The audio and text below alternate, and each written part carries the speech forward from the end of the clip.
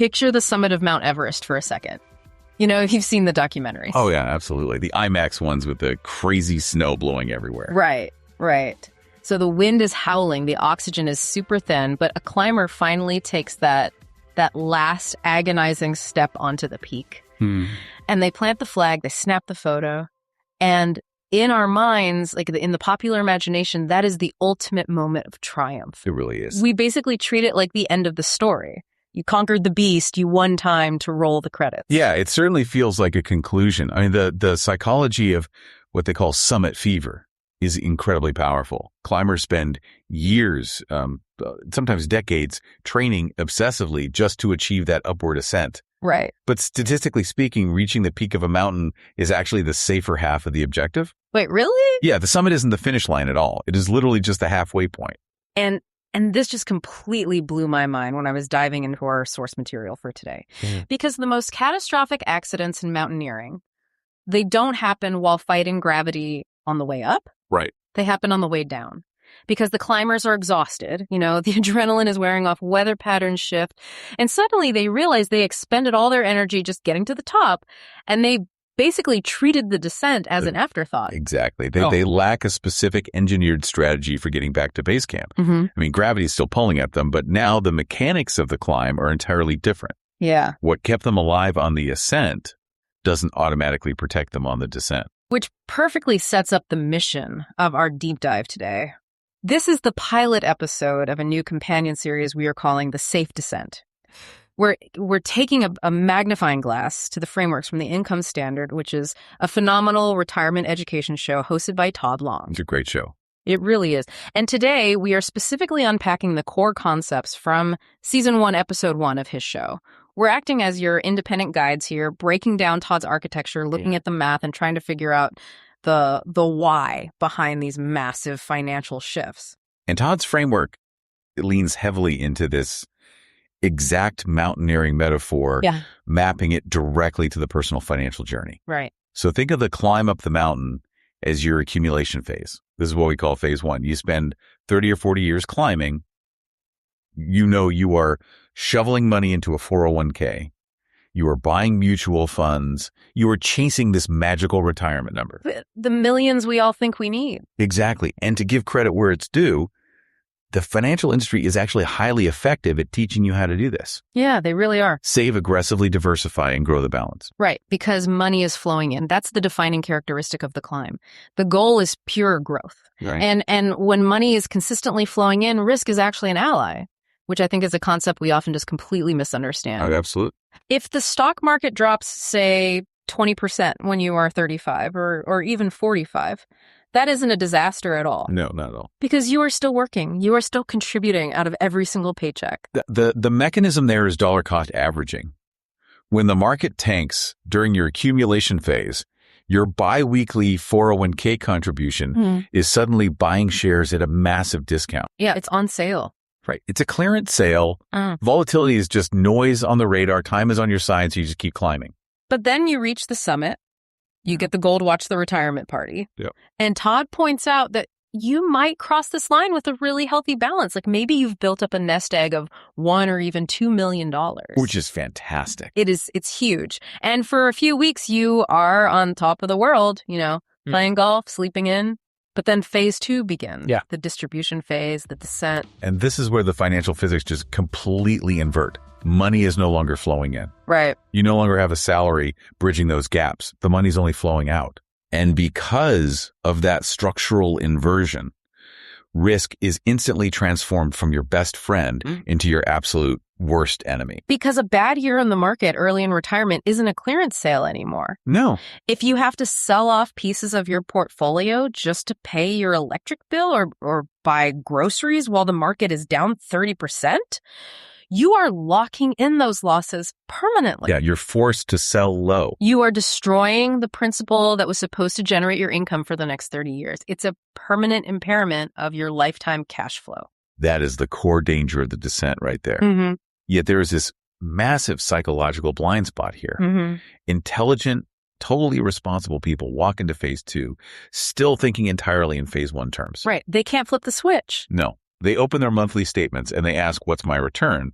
When the mathematically vital question is, what is my reliable income? Yeah. They obsess over the size of the pile rather than the durability of the cash flow. Let me stop you there, though, because I can hear someone listening to this and pushing back right now. Sure. If you've spent 40 years successfully building a $2 million nest egg, shouldn't those exact same skills keep you safe in retirement? I mean, if you were smart enough to get to the top of the mountain, you clearly understand money. It seems intuitive. I get that. Yeah. But it is a lethal assumption. Accumulation and income distribution are completely distinct financial disciplines. Okay. They rely on entirely different math, different tools, and different psychology.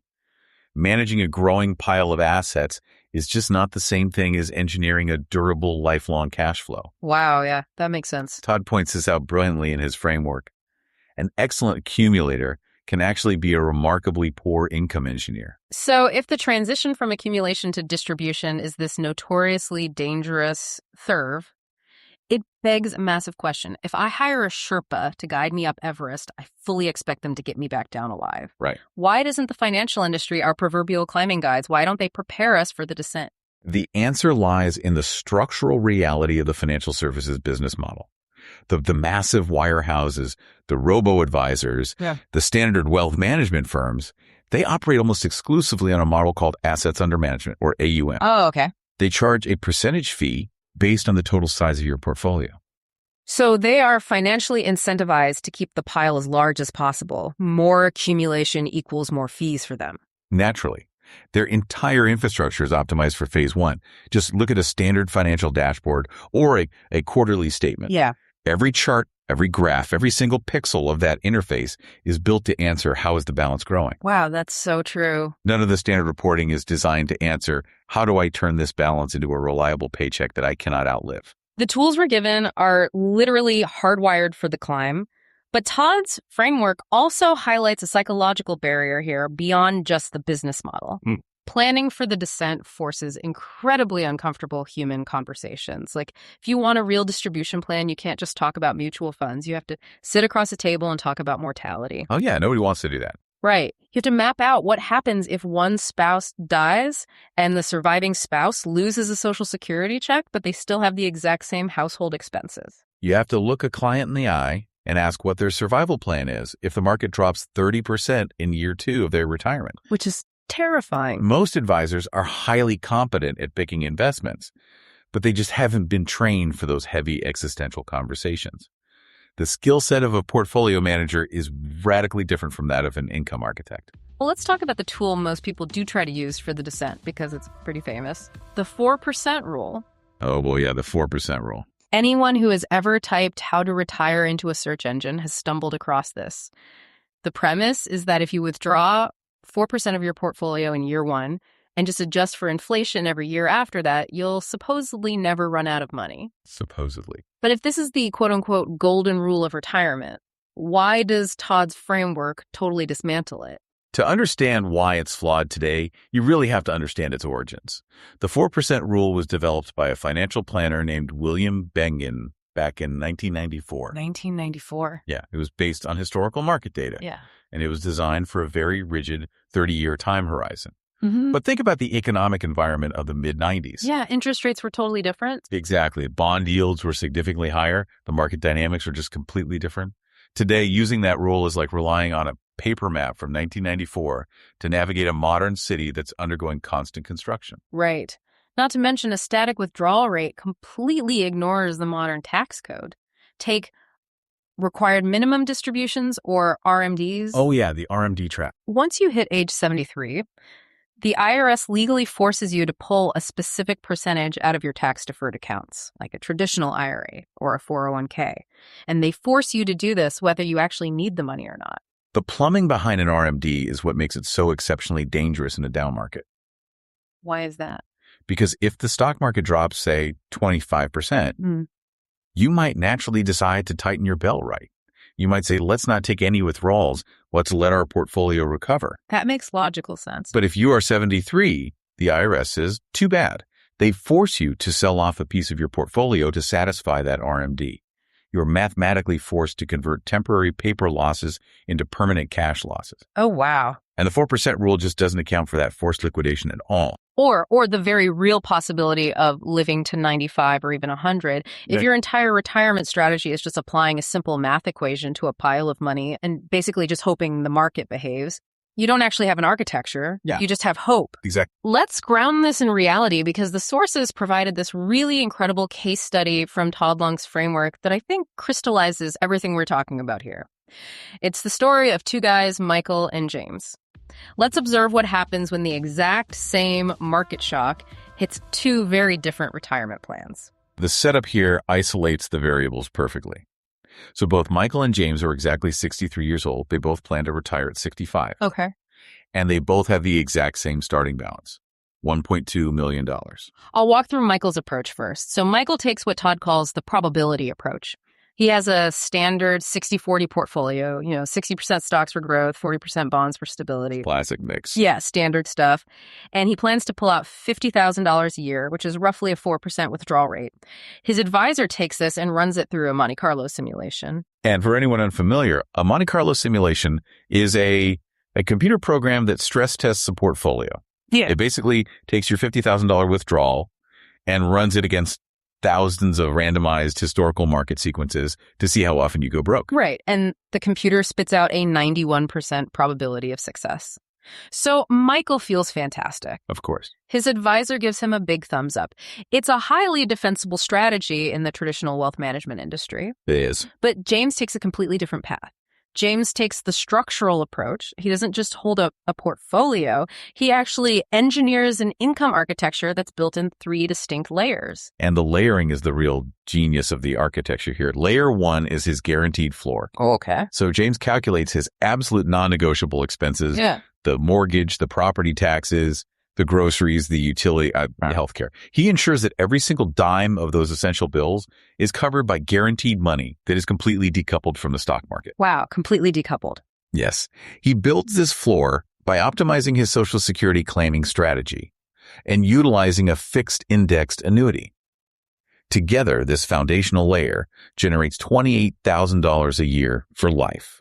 So if the financial world essentially ends tomorrow, James's lights stay on and his mortgage gets paid no matter what. Exactly. Which frees him up for layer 2, the discretionary layer. Right.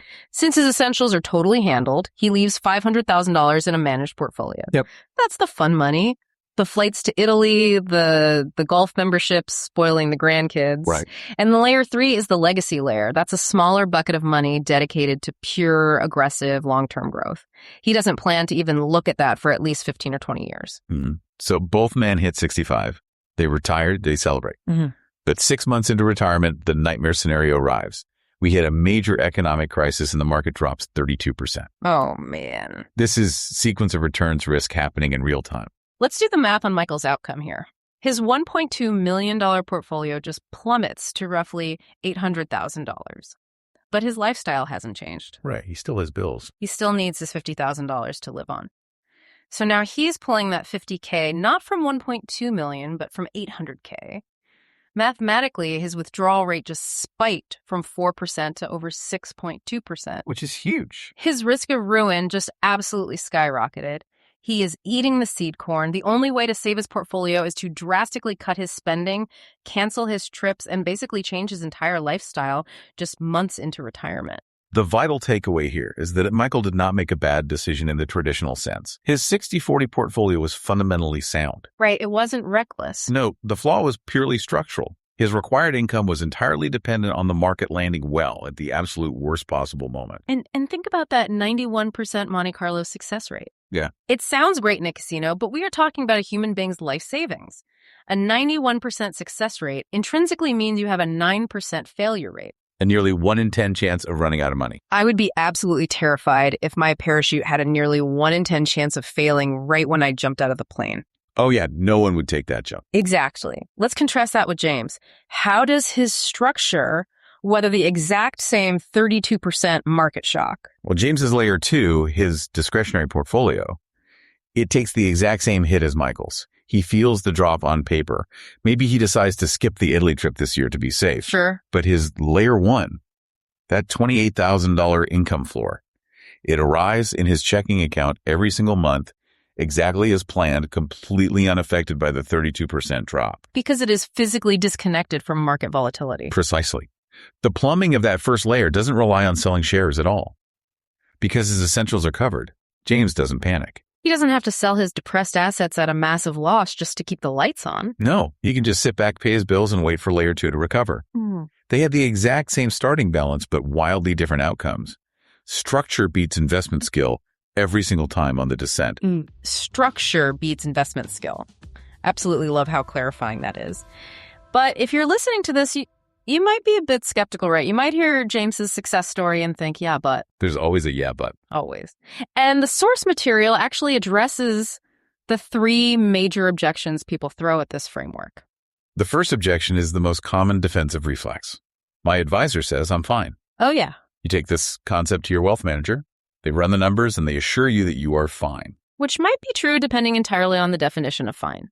When your advisor says that, you really have to ask them to clarify the mechanism. Do they mean you have a 90% probability of success based on historical simulations?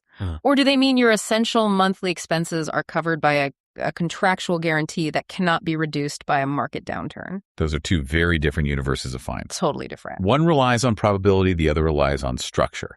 Leaving a 1 in 10 chance of going broke unexamined is just a massive risk when you have 0 earned income to fall back on. Right.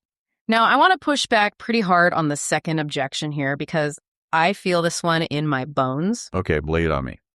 James used an annuity to build his income floor. And whenever I hear the word annuity, alarm bells go off in my head. I get that. A lot of people feel that way. We've all heard the horror stories, right? Scammy dinner seminars, exorbitant hidden fees, your money locked away forever in some complicated contract. How does Tod Long justify using something with such a terrible reputation? The reputation is often earned. Let's just be totally honest about that. Many people have had terrible experiences because they were sold a poorly designed product by a salesman chasing a commission rather than an architect trying to solve a problem. Right. But we have to separate the tool from the application. Tools are morally neutral. So let's use an architectural analogy since we're talking about income engineering. You wouldn't use heavy, inflexible, poured concrete to build the roof of a house? No, it would collapse. It would be a total disaster. But it is the exact perfect material for the foundation. That is the perfect way to look at it. Not all annuities are the same. Todd's framework specifically points to a fixed indexed annuity, or FIA, with a lifetime income rider. Okay, so how does that work? To understand the mechanics, an FIA is tied to a market index like the S&P 500. But your money isn't actually invested in the market. Wait, really? Yeah, the insurance company uses options contracts to capture a portion of the market's upside, but structurally they enforce a 0% floor. So if the market drops 30%, your account drops 0%. Wow, okay. So you never lose the principal, but the trade-off is you don't get 100% of the growth during a massive bull market. Exactly. It is a concrete foundation. It's not a blanket solution for your entire nest egg at all. It is a highly specialized precision tool. Right, you don't make the whole house out of concrete. Precisely. Yeah. You only use it to close an identified mathematical gap between your guaranteed income, like Social Security, and your non-negotiable expenses. Yeah. You size the tool specifically to that gap and not a penny more. And when it's deployed correctly, it provides guaranteed monthly income for life. Yeah. It totally reframes the entire conversation. You aren't asking, do I want an annuity? You are asking, do I have a vulnerability in my income floor? And what is the absolute most structurally sound material I can use to patch it? And sometimes the answer is an FIA. Sometimes it's just delaying Social Security to age 70 to maximize that payout. An income architect looks at all the tools objectively. All right, the third and final objection, and honestly, this is the trap I would absolutely fall into, the procrastination objection. Oh, I'll figure it out when I get there mindset. Exactly. You know, your 58 retirement is at 65, and you figure you'll just sit down with the planner after your retirement party and sort out the descent then. Out of all the objections, this is mathematically the most destructive. Really? Yes, because the general public assumes retirement planning begins on the day you retire. In reality, the most powerful, highest leverage planning window you will ever experience in your entire life is the 5 to 10 years before you retire. The mechanism there is leverage, right? During that 5 to 10 year window, you still have a salary.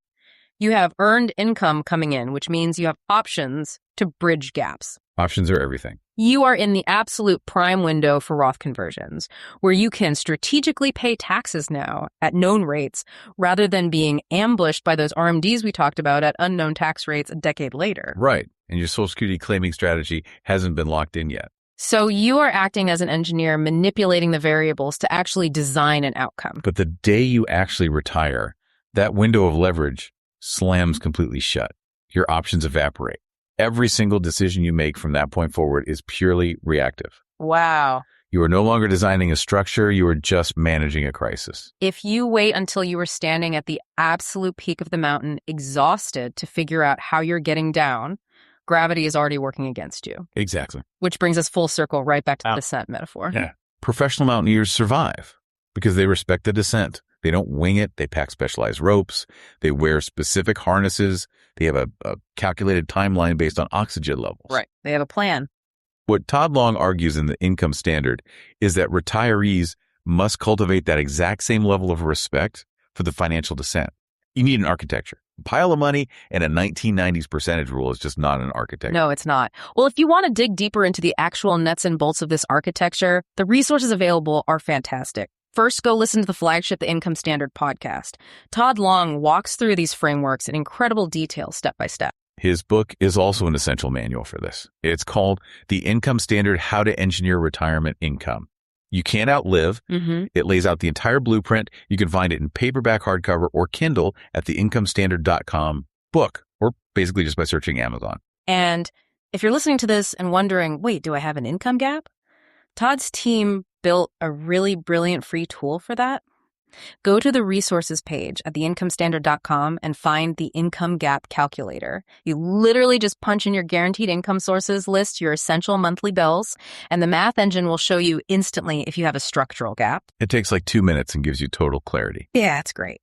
And finally, if you are currently in that critical 5 to 10 year leverage window, or even if you've already started the descent and feel a bit exposed, you can sign up for the Income Standard Review.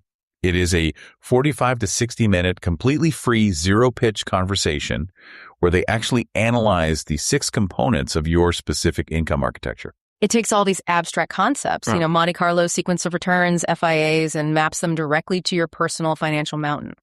Well, this has been an incredibly illuminating deep dive to launch the safe descent. We've completely inverted how to view the transition into retirement today. I think so too. I want to leave you with one final thought to mull over as you go about your day. If you are meticulously packing your financial bags right now for the ultimate climb of your career, ask yourself, are you only packing for the adrenaline of the way up? Or have you actually engineered a structure to survive the way down?